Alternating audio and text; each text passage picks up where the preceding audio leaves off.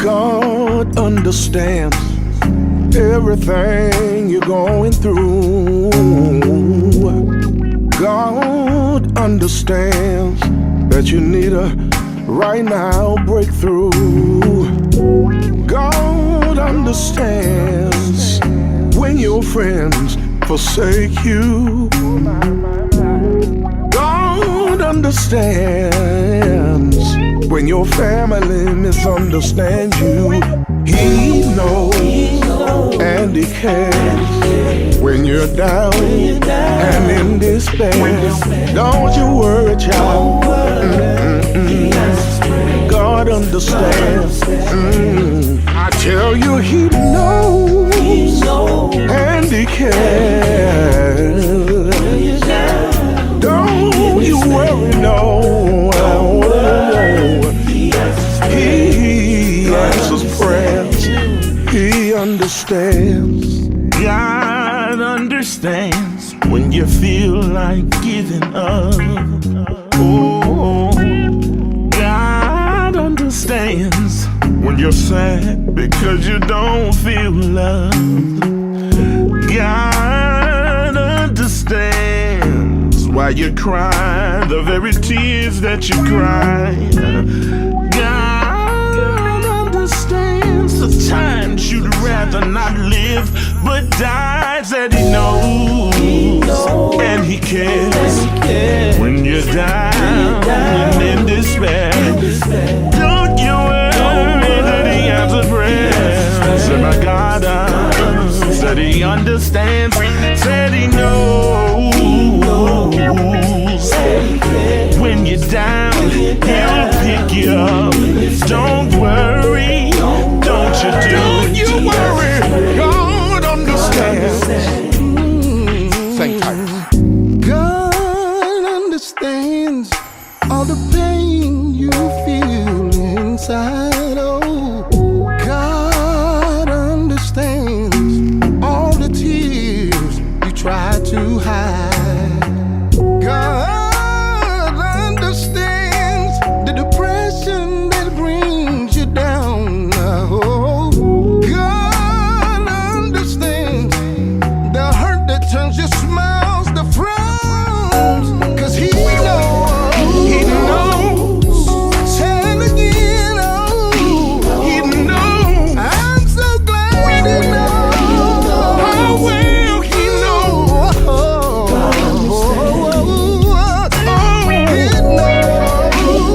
He knows every tear you cry, every pain that we share. He knows, yeah.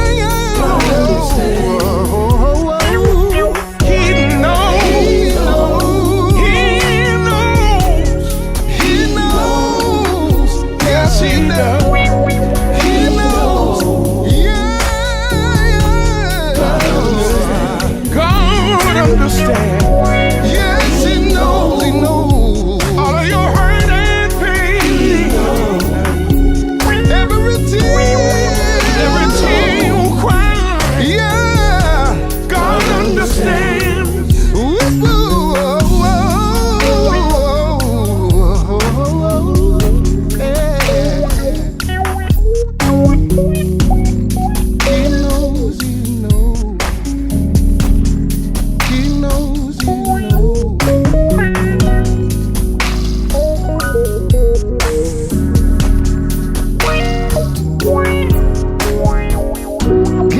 God understands.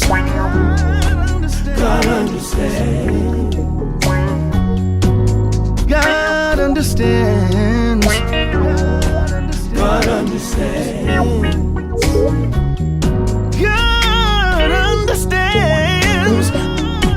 God understands. God understands. He knows. God understands.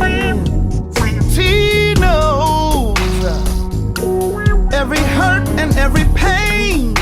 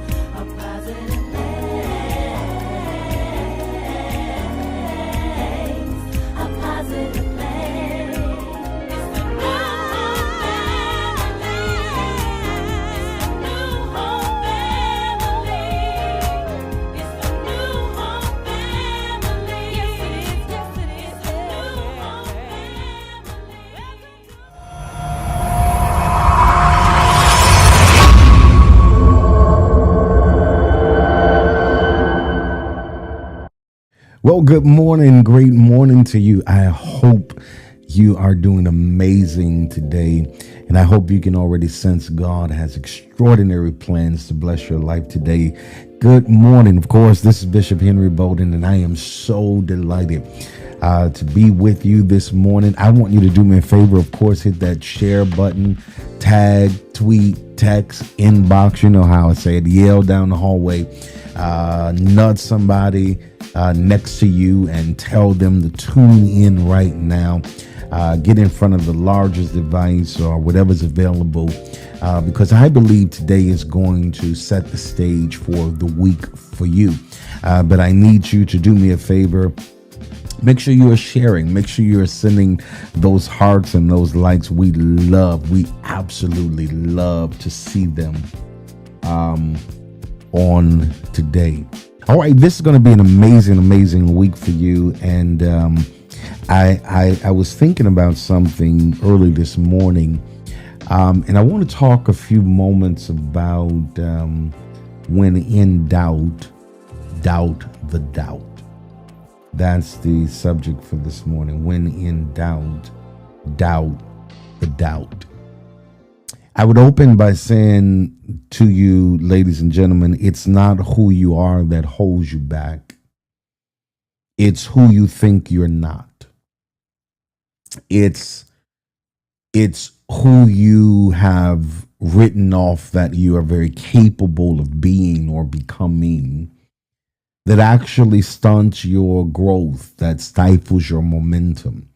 That hinders you from making extraordinary and excessive progress in your life, because you get into this mode where you're constantly doubting who you are, and you find yourself self-interrogating, even asking you, who do we think we are? And even greater than who do we think we are, why do we think we are? What indicator in life is giving us the audacity to make the assumption that I am this, or I am destined to be this, or I am very capable of becoming who I see myself as? Self-doubt can be quite a formidable opponent. Self-doubt does more to sabotage individual potential than all external limitations put together. And that's why I say when you are in doubt, you have to discipline yourself to doubt the doubts. Helen Keller said something that has always stuck with me. She said, doubts and mistrust are the mere panic of timid imagination, and which the steadfast heart will conquer. Watch this. And a large mind will transcend. Let me give you that again. Doubt and mistrust are merely panic of a timid imagination. It's your too small of an imagination getting fretful and fearful because of what your spirit is projecting, what you see in your spirit, the things that God has predestined, preordained you to become. And it can be quite challenging to see yourself in that posture, see yourself. Has God ever shown you who you were becoming or destined to become, and it frightened everything in you? It shook you to the core. I mean, you've heard the story years and years and years ago. There was this banner that used to be in the back of New Home Ministries.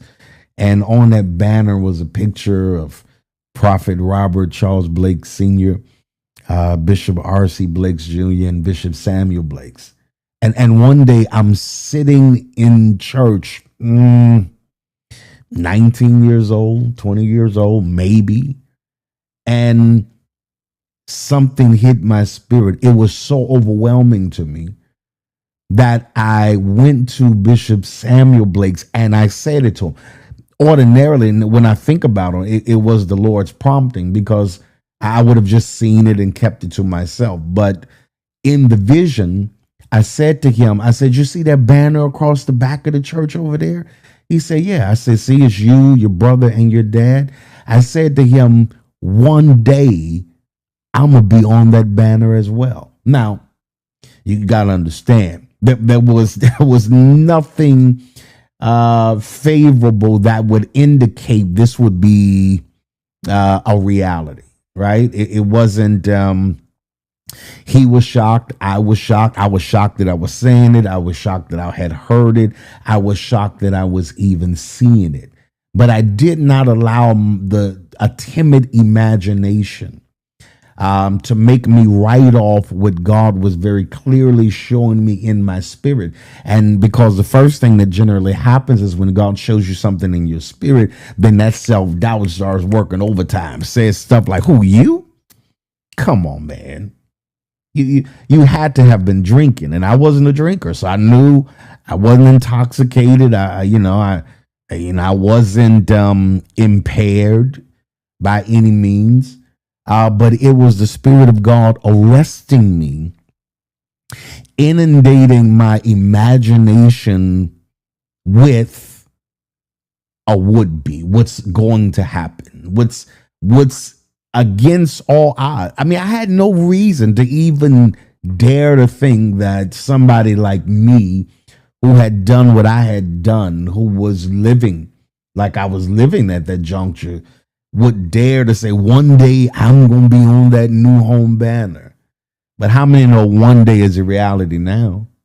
Because you have to take dominion and authority over the enemy's attempt to allow self-doubt to control the destiny of your life. Repeat after me. Say, I have to doubt my doubts. Yeah. What if I told you?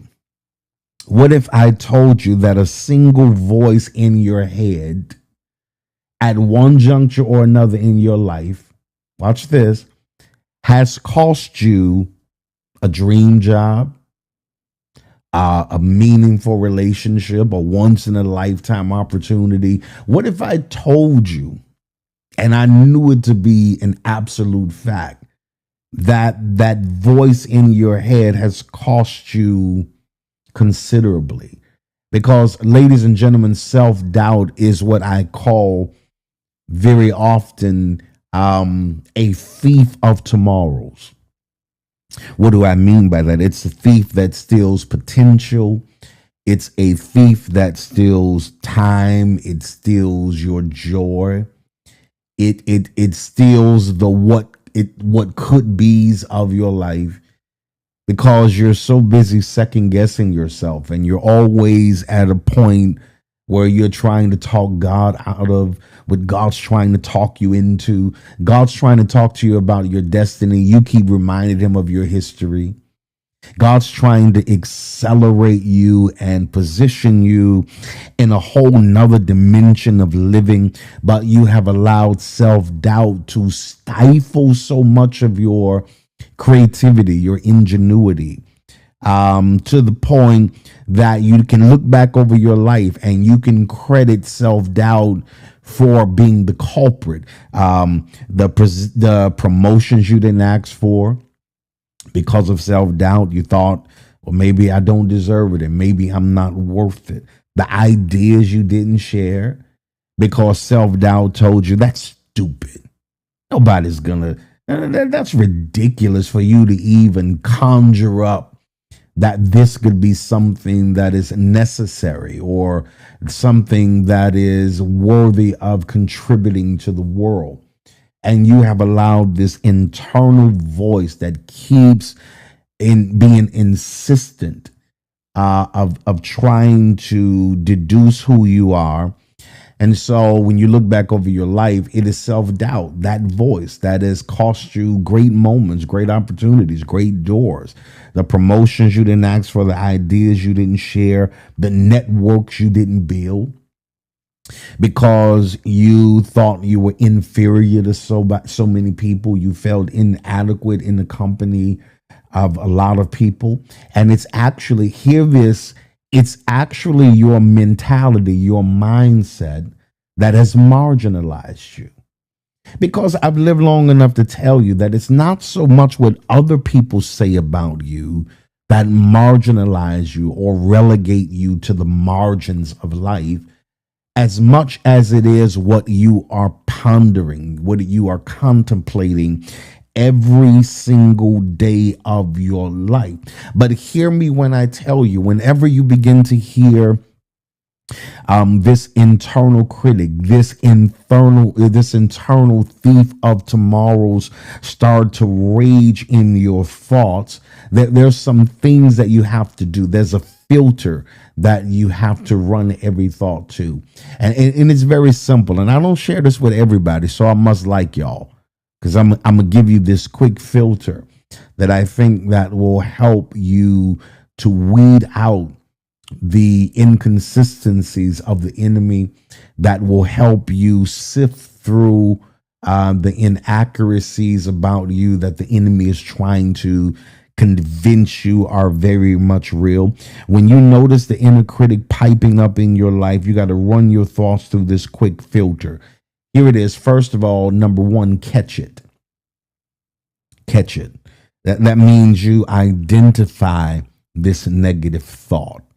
And this is why people always talk about discernment only in the context of discerning the people that could be injurious toward us, or the things that could be injurious toward us. But sometimes you have to have, well, not sometimes, let me retract that. All of the time, you have to have discernment to discern even when you are toxic towards yourself.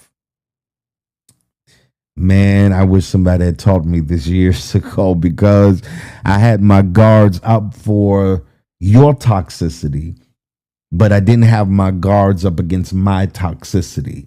The things that I regurgitated or repeated that other people told me that I adopted as truth, when in actuality, it was just a falsehood. It was just a deceptive tactic to see myself lower than I really was.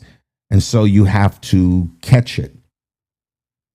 Not only do you have to catch it, but watch this. When you catch those thoughts, number two, you got to check it.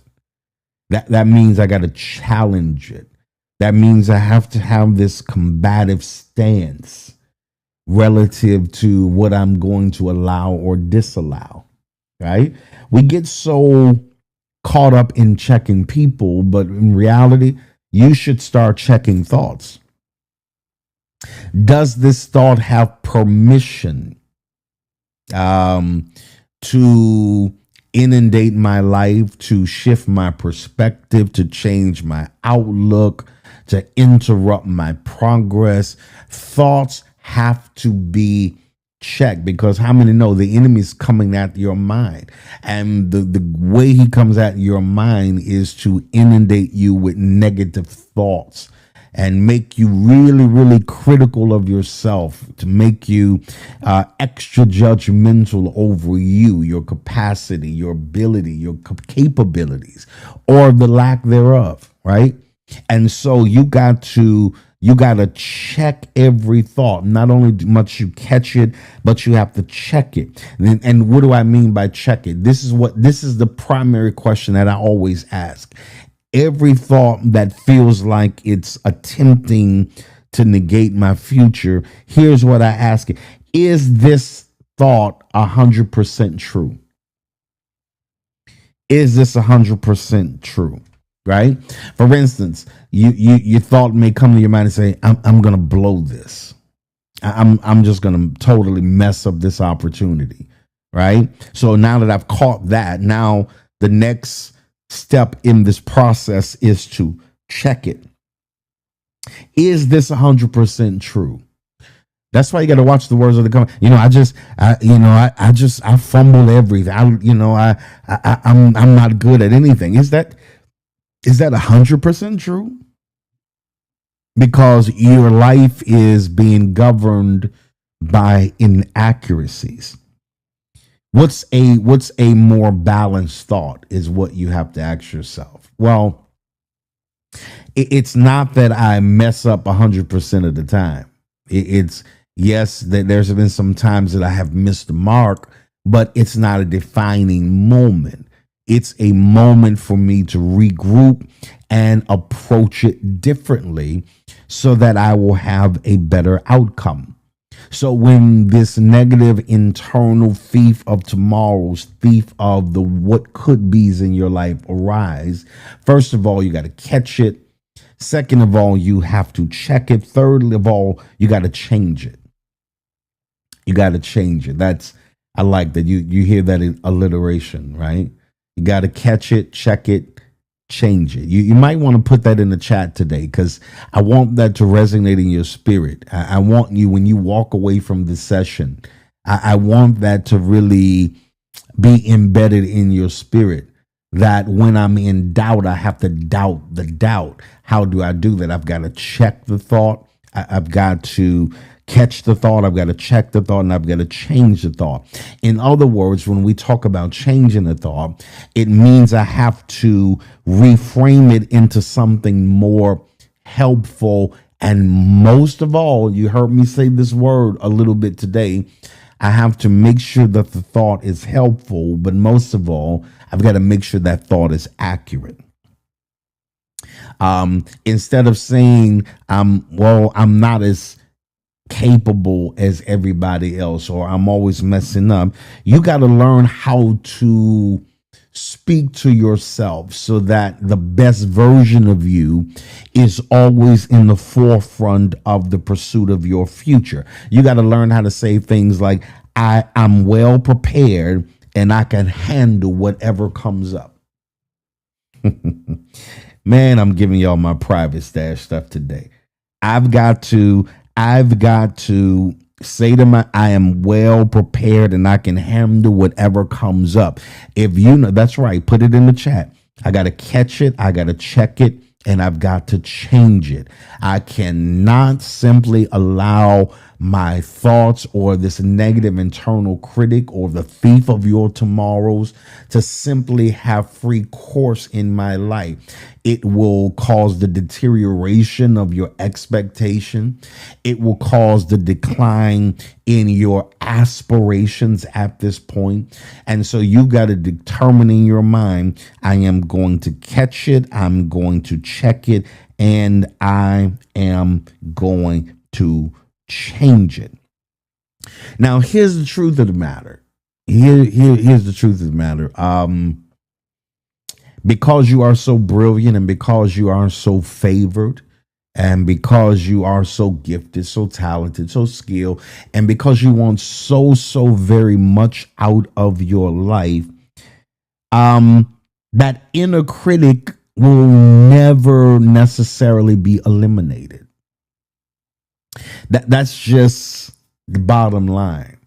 That internal negative critic will never necessarily be eliminated, but the goal is to, as much as possible, drown it out, reduce its volume, and change your relationship with it to the point that you can barely hear it as background noise.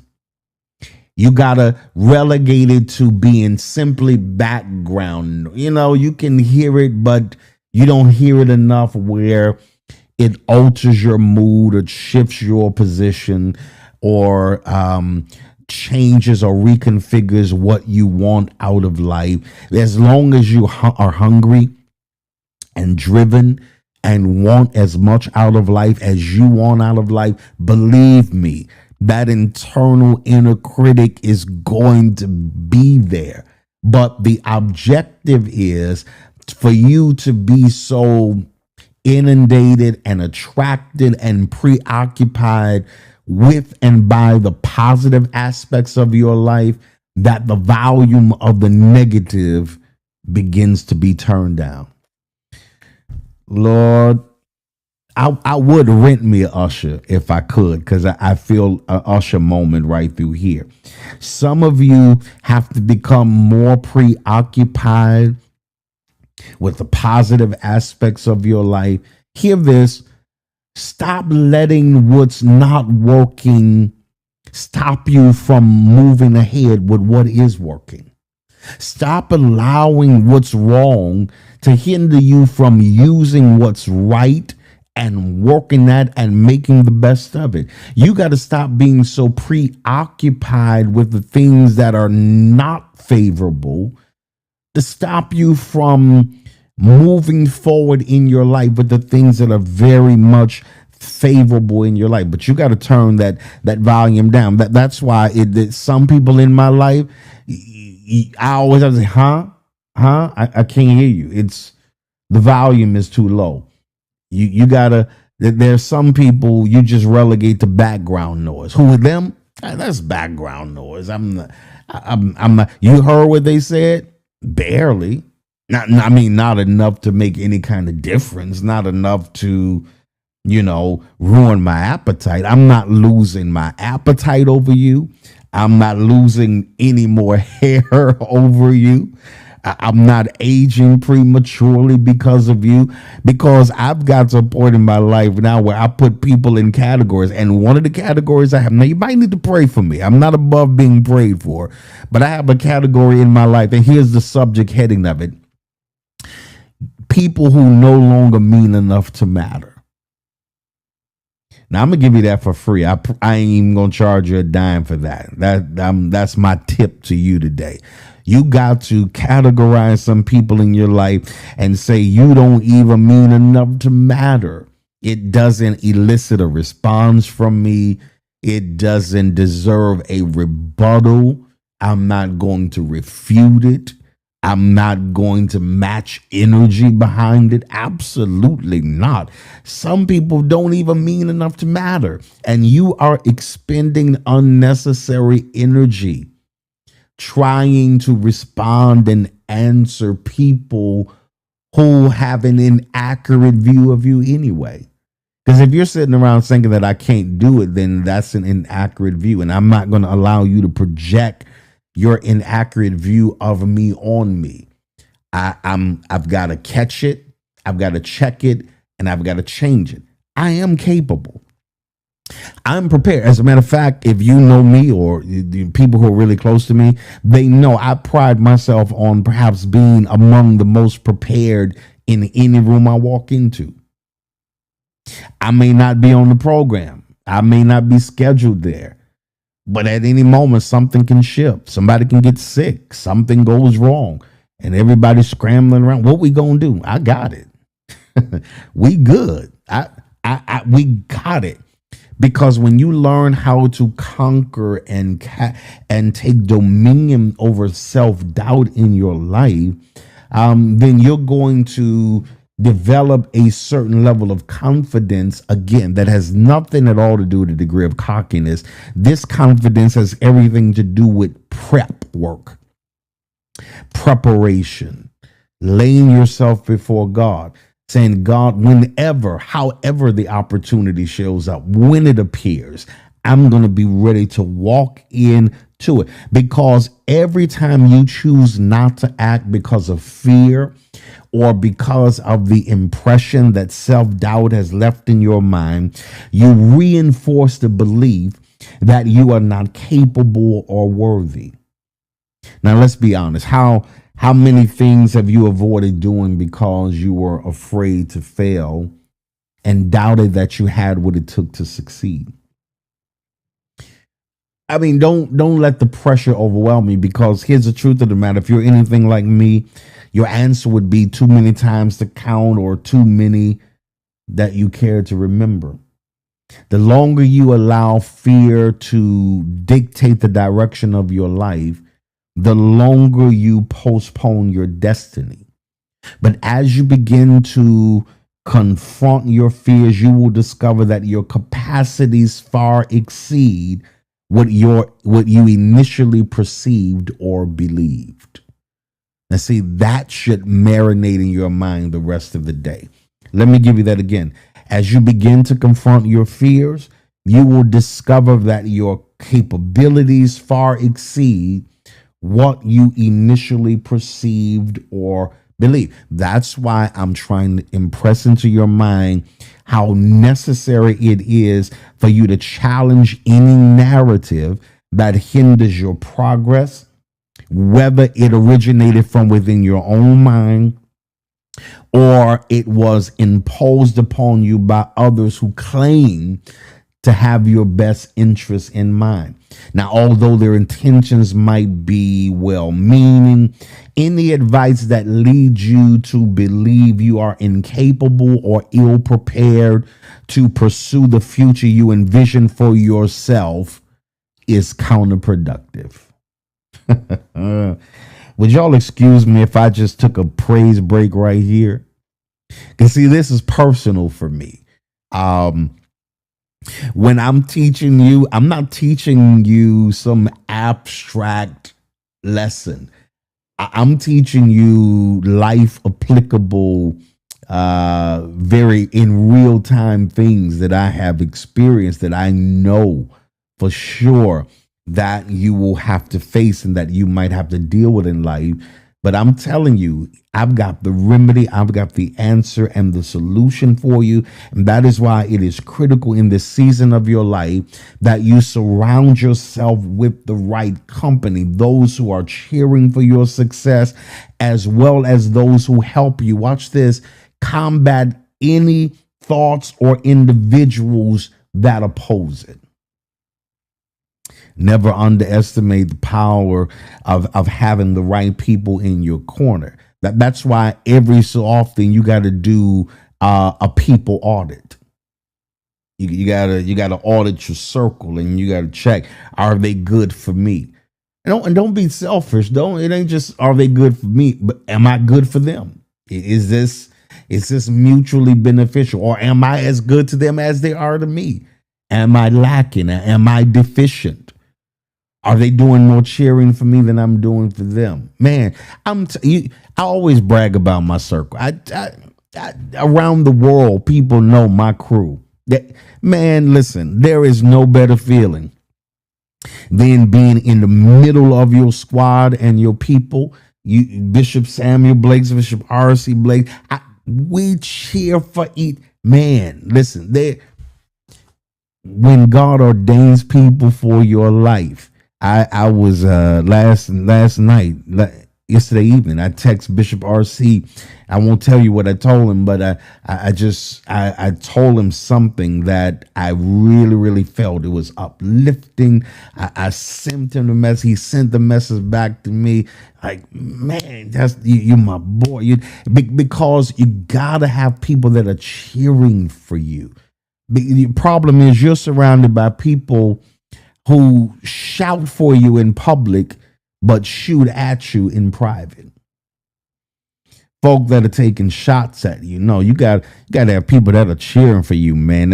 There's nothing I like seeing more than my people winning, than my people excelling. That I could point and say, that's my guy right there. Ain't nobody better than him doing what it is that he does. And consequently, and on that same token, you got to have those people that are pouring that into you.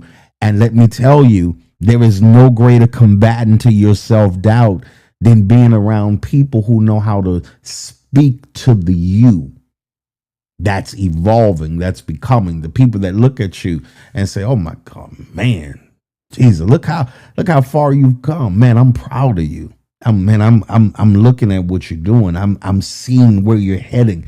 And there's nothing that makes me happier than seeing you become everything God has wanted you to be. That's why I keep telling you, stop underestimating the power of having the right people in your corner. These individuals provide two of the most valuable resources anyone connected to you can offer, and that is encouragement and perspective. They remind you that you are more, hear this, than you think you are. You ever had somebody talk so good about you until you said, wait a minute. Okay. Well, I believe I'm that then. I didn't really consider that to that extent, but if he's saying it, and you ever met somebody that was so convinced of how good you were that you had to say, wait a minute, okay. All right, well, maybe I am. If they're seeing, you got to have people that see more of you than you see of you. These are what I call the safeguards of self-doubt. People that see you and are not going to let up until you see the you that they see, until you see the individual who's got that kind of gifting, skill, and anointing in your life.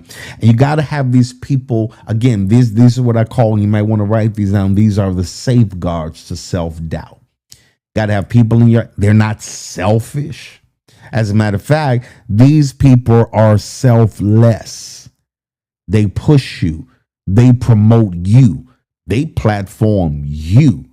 They tell you, okay, do this, shift this. You can look on their face and see that they get enjoyment from being a part of your perfecting process. And they smile. There's a certain look. And if you got those kind of people in your life, there's a certain look. I know the look on the faces of the people in my life. And they say, yeah, that's my dude right there. He giving it to him. He's laying it. You know why? Because their unwavering support helps you to navigate the inevitable challenges and setbacks that you will undoubtedly encounter. They help to reinforce your belief in your abilities and your dream. Their interactions aggressively challenge your self-doubt. As you engage with them, people who uplift you, you begin to internalize their belief in your potential, which can serve as a powerful counter to self-doubt that's trying to plague you. And that's all I'm trying to tell you. Got to have these people in your life. God is sending a significant support system in your life that are there to help you counter those inevitable bouts with self-doubt. Do we have it from time to time? Absolutely. Absolutely. There are times when you kind of, can I pull this off? Do I have enough of what it takes to do this particular job?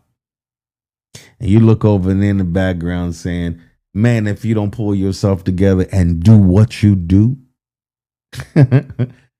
and do what you do, and immediately it causes the vanquishing, the elimination of the influence that, again, that internal negative critic, that thief of your tomorrow, the thief of your what could be. It causes all of that stuff to subside. Here's a statement I want to say to you, and I want you to replay it over and over and over and over again today. And I want you to say it to yourself. I want you to have a conversation with yourself. People say you're crazy if you talk to yourself. I say you're crazy if you don't talk to yourself. Here's the statement. You must be brave enough to believe in yourself. You might want to put that in the chat today. You must be brave enough to believe in yourself. Some of you need to text that to somebody. You need to pick up the phone and call somebody. Maybe they need to hear direct interaction. Just say, hey, I didn't call to hold you, but I am led. I have a charge. I have an instruction to tell you that you must be brave enough to believe in yourself. Now, I feel like the Lord sent me here to you today. I felt like today is a day where you got to doubt. When in doubt, doubt the doubt. People going to say, what you say again? When in doubt, doubt the doubt. When in doubt, doubt the doubt. I know the enemy's trying to tell you what can't happen and what will never be destined to be in your life.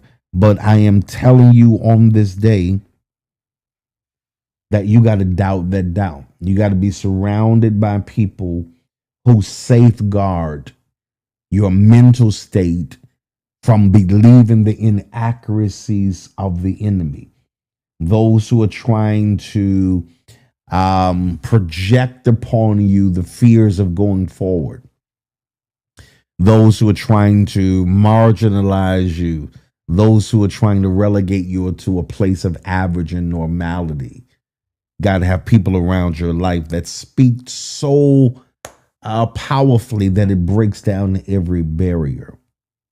Vincent van Gogh said this, and it was a pivotal moment for me. The renowned painter and sculptor and artist. He said, if you hear a voice within you say you cannot paint, then by all means paint, and that voice will be silenced. Ladies and gentlemen, I think what I'm trying to tell you is that what you are hearing in terms of what you can't do is the enemy's deterrent from you doing it and being excellent at it. There's some things that you want to do, that you have visions to do, that you feel very prompted by the Spirit of God to do, to engage in. The enemy is telling you, you can't do that. Nobody in your family's ever done it. You don't have the history. You don't have the background. You didn't even go to school for that. And you hear all this chatter, all of this background noise is trying to convince you what you can't do. But if you hear a voice within saying you can't paint, you better get your brush out. You better pop that top off that paint and start painting, and that voice will be silent. The voice is only there to stop you from proceeding as planned. I want to pray for you today, because today you are not going to be a prisoner of that internal critic, of that thief of tomorrow. You got a lot to look forward to. You got every right to be excited about getting up every day to see what this day is going to unfold for you. And I want you right now, I want you to release your faith, because there's some things that God is ready to do for you, but we got to deal with that doubt. When in doubt, you got to doubt that doubt. Father, in the name of the Lord Jesus Christ, I speak now over the lives of every individual that's watching me now, that will rewatch, that will replay.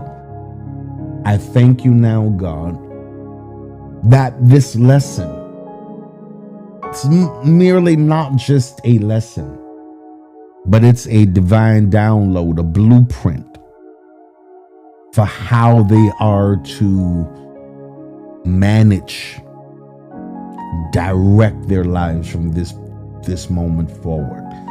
To Father, every individual who's doubting themselves, if you hear a voice telling you you can't paint, then by all means get a brush and paint.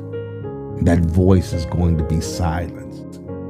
So Father, I thank you now for liberty and liberation. I thank you now that they're going to figure out real soon that they are much stronger than they think they are. I thank you now, God, that they've got a whole lot going for them that the enemy is trying to rob them of through self-doubt. And I call your people blessed and favored. In Jesus' name we pray. Amen and amen. Would you give the Lord a praise wherever you are right now? All right, we're getting ready to honor the Lord, and now we're giving today. I want as many of you to participate. Again, we teach our people at church that we never see giving as an option. It's always an opportunity. It's an opportunity.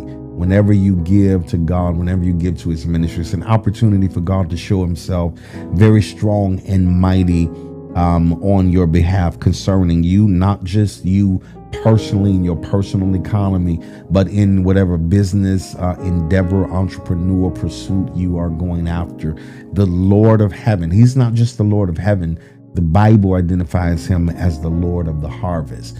And I'm going to tell you, you can't beat God's giving no matter how hard you try. So I want you to get a seed prepared today to sow into the ground. You know the rules of our giving. We say it over and over again. If you're willing and able to do it, I want you to allow the Spirit of God to speak to your heart and say, what am I supposed to release today in this offering?